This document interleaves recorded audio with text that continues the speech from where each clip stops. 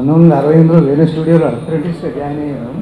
అప్పుడు నాకు కొలీగు మేము ఇద్దరం ఒకేసారి, గోపాల్ రెడ్డి గారు నేను ఒకేసారి వేరే స్టూడియోలో అప్రెంటిస్గా జాయిన్ అయ్యడం జరిగింది. గురు పౌర్ణమి రోజున మీ అందరికీ శుభాకాంక్షలు. నా గురించి నాతో సహకరించిన నా అసిస్టెంట్స్ వాళ్ళని మాట్లాడమని కోరుతున్నాను. Thank you. ఇందులో అరుణాచల్ స్టూడియోలో అప్రెంటిస్గా చేశానండి.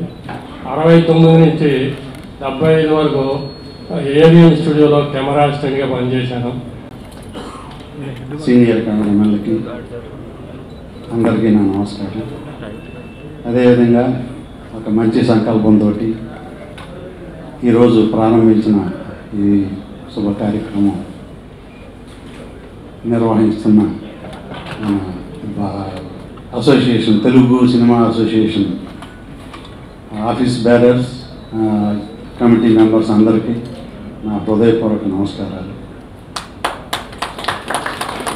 నాతో ఇన్ని సంవత్సరాలు నా అసిస్టెంట్స్గా చాలామంది పనిచేసి మాకు మంచి పేరు వచ్చేటట్టు వాళ్ళు శ్రమపడి పనిచేశారు. వాళ్ళందరికీ ధన్యవాదాలు. ఈ సందర్భంగా నేను కొంచెం మాట్లాడాలనుకుంటున్నాను. మన సౌత్ ఇండియన్ సినిమా ప్రారంభ దశలో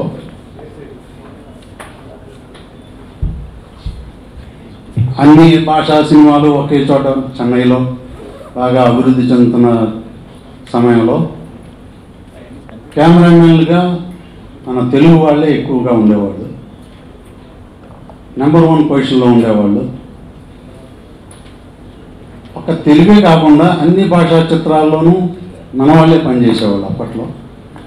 ఆ తర్వాత తరం అంటే బాగా అభివృద్ధి చెందిన తర్వాత కొంతకాలానికి మా తరం ఎంటర్ అయినాక గోపాల్ రెడ్డి గారు, మా ఇప్పుడు శరతంలా ఇట్లాంటి మాతో మా కంటెంపరీస్ మేమంతా వచ్చిన తర్వాత అప్పటికి కూడా మన తెలుగు వాళ్ళే, మన కెమెరామెన్లే ఎక్కువ భాషా చిత్రాలకి కెమెరామెన్గా పనిచేసేవాళ్ళు. గోపాల్ రెడ్డి గారు హిందీ సినిమాలకు పర్మనెంట్గా చేసేవాళ్ళు. అట్లాగే చాలామంది మన సౌత్ ఇండియన్ ఫిల్మ్సే కాకుండా ఒరియా, బెంగాలీ, ఇంకా చాలా సినిమాలకి ఇప్పటికీ కొంతమంది చాలా అట్లా ఫిల్మ్స్ చేస్తున్నారు. కన్నడ, మలయాళం, తమిళ్ అన్నీ చేస్తున్నారు. అప్పట్లో నేను ఫస్ట్ టైము అప్రెంటిస్గా జాయిన్ అయినప్పుడు దొమ్మేటి సుబ్రహ్మణ్యం గారు, మన దుస్థితి చాలా చెప్పుకోవటానికి ఇబ్బందికరంగా ఉంది. చాలా హీనమైన పరిస్థితిలో మన తెలుగు కెమెరామెన్స్ ఉన్నాం. మనం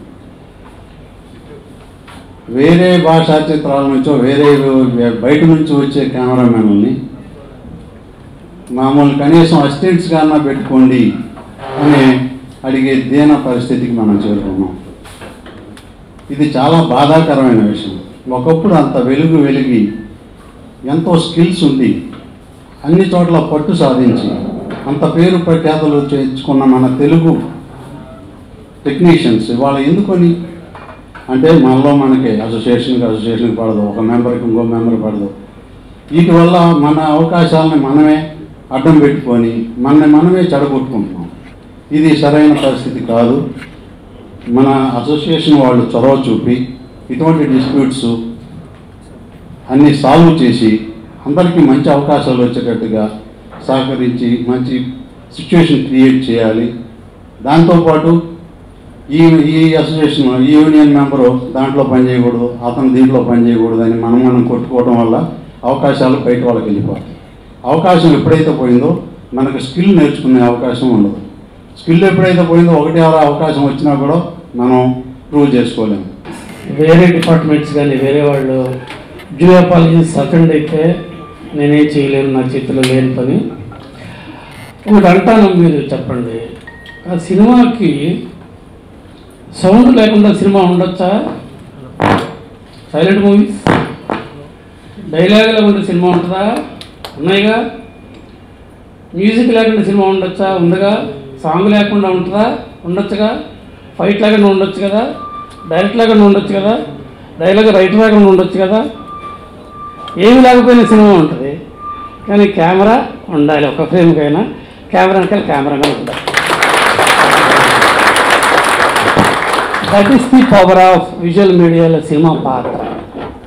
కానీ సోదరుడు హనుమూలు హరి చెప్పినట్టుగా మనం కర్ణుడి చావుకు 6 కారణాలలాగా ఎక్కడో అగాధంలోకి వెళ్ళిపోయాం.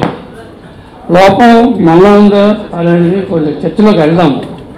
కానీ ప్రస్తుత పరిస్థితి ఎలా ఉందంటే, due apologies to other language cameraman, ఒక డైలాగ్ అంటాను, ఆ డైరెక్టర్స్ ప్రొడ్యూసర్స్ హీరోస్ ఏదో నన్ను మీరు ఈ డైలాగ్ తర్వాత రఘుకి సినిమా రాకుండా మీరు చేస్తే నాకేమీ ఓడదు, ఐఎమ్ ప్రిపేర్డ్.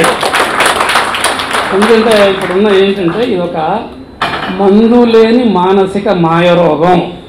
అది ఏంటంటే, క్షమించాలి అదర్ కెమెరామెన్, ఇప్పుడే చెప్తున్నాను, తమిళనాడు నుంచి తాంత్రికుల్ని, మలయాళం నుంచి మాంత్రికుల్ని, పంజాబ్ నుంచి మునుల్ని ఋషుల్ని తెచ్చుకోవాల్సిన తెలుగు వాళ్ళని మర్చిపోయి వాళ్ళని తెచ్చుకోవాల్సిన పరిస్థితులకు మనం నెట్టబడ్డాం. కారణం తెలుసు, ఎవరైతే కమెంట్ చేస్తారో ఇండస్ట్రీని వాళ్ళకి తెలుగువాడి సెల్ఫ్ ప్రైడ్ అనేది లేదని వాడు అనుకుంటూ మనని సైడ్ లైన్ చేశారు. దాంట్లో మన లోపాలు కూడా ఉన్నాయి. కారణం ఏంటి అంటే, ఎవరో ఏదో సర్టిఫికెట్లు ఏవో తీసుకొని కొంతమంది వచ్చారు, నిజమే. నేను 1-2 చోట్ల ప్రొడ్యూసర్స్ని వాళ్ళని క్రాస్ ఎగ్జామినేషన్ అన్నప్పుడు, టాలెంట్ తమ్ముడు టాలెంట్, ఈ సో కాల్డ్ అదర్ లాంగ్వేజెస్ ఇచ్చి మనం మీద రైట్ చేస్తున్న వాళ్ళకి టాలెంట్ పుట్టుకతో రాలేదండి. వాళ్ళు టాలెంట్ డెవలప్ చేయడానికి వాళ్ళ సంస్కృతి, వాళ్ళ పెద్దలు, వాళ్ళ సొసైటీ మెంబర్సు, ఇండియా ప్రపంచం మొత్తంలో హాలీవుడ్ తర్వాత ఇండియా ఫిల్మ్ మేకింగ్, ఇండియాలో హిందీ తర్వాత తెలుగు. ఇన్ని సంవత్సరాల నుంచి తెలుగు ఇంత ప్రామినెన్స్ ఉన్న ఈ తెలుగుకి ఎందుకు ఫిల్మ్ ఇన్స్టిట్యూట్ ఫార్మాట్ తీసుకురాకపోయాము మనం? అడయార్ నుంచి వచ్చిన స్టూడెంట్స్ డిఎఫ్టీ వాళ్ళు టాలెంటెడ్గా ఎదగడానికి కారణాలు ఏంటి, మనం అది ఎందుకు చేసుకోలేకపోయాం? ఇంతమంది టాలెంట్ వాల్యూ అనే వాళ్ళకి టాలెంట్ను డెవలప్ చేయాల్సిన బాధ్యత మనకు ఉందా లేదా? సోషల్ బాధ్యత ఈ సో కాల్డ్ సినిమా పెద్దలు వాళ్ళకి నేను అడుగుతున్నా. ఈ రోజుకైనా కూడా ఆ టైప్ ఆఫ్ టెక్నాలజీని మన ఎవరైనా కానివ్వండి, వేరేగానే వచ్చినా పర్లేదు, మన తెలుగు సినిమాకి మన తెలుగు కెమెరామెన్లు టెక్నికల్లీ బ్రహ్మాండంగా చదువుకొని కాంపిటేటివ్గా వాళ్ళతో పోటీ పడగలిగిన రోజు ఎప్పుడొస్తే అప్పుడు ఆ రోజున మీ అందరి తరఫున నేను ముందుండి పండుగ జరిపిస్తాను.